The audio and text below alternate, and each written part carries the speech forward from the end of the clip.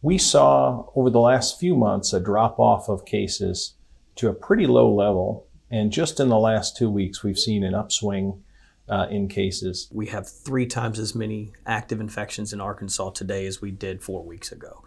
And that's likely due to a variant spreading that is more transmissible. It's difficult for us to attribute them directly to the Delta variant because there's a delay in test results of about 2 or 3 weeks.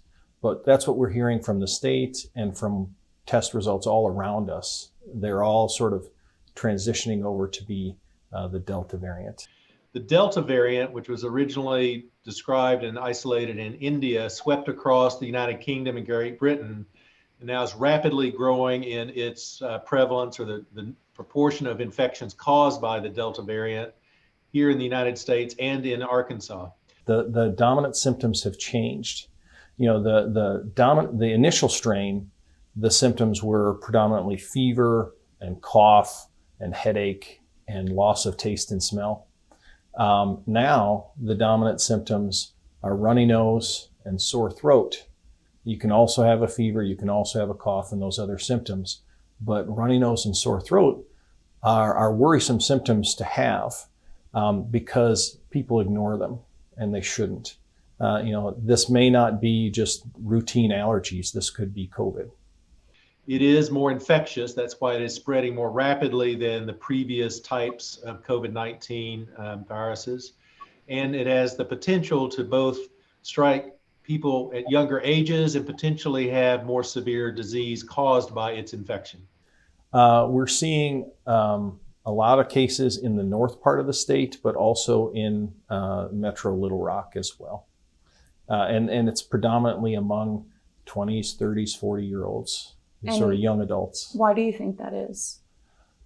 That is the group that so far has been less likely to embrace vaccination. Here at our university or our hospital, we've noticed a significant increase in inpatient admissions with COVID compared to a month ago.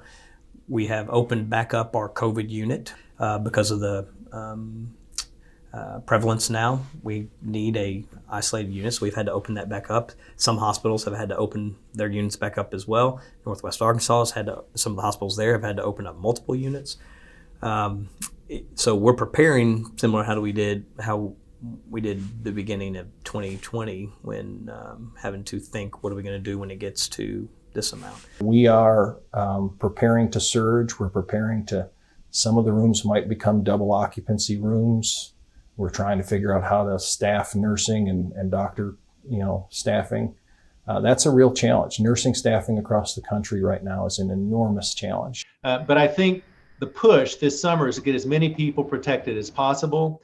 I think you will see going into the fall, issues around when we're going to use masks, how many people we're going to allow in small areas. Hopefully we will not get to a point as we were, a year ago where we're threatening our healthcare system. The doctors and the nurses are feeling the stress. Mm-hmm. Absolutely. Many of them, are having symptoms that are like PTSD, that are PTSD. And we're not looking forward to this next wave. Right. So we want people to help protect us too. And how are you feeling? Do you feel about the possibility of a second wave coming? It's coming. I'm not looking forward to it, but we're doing everything we can to be ready.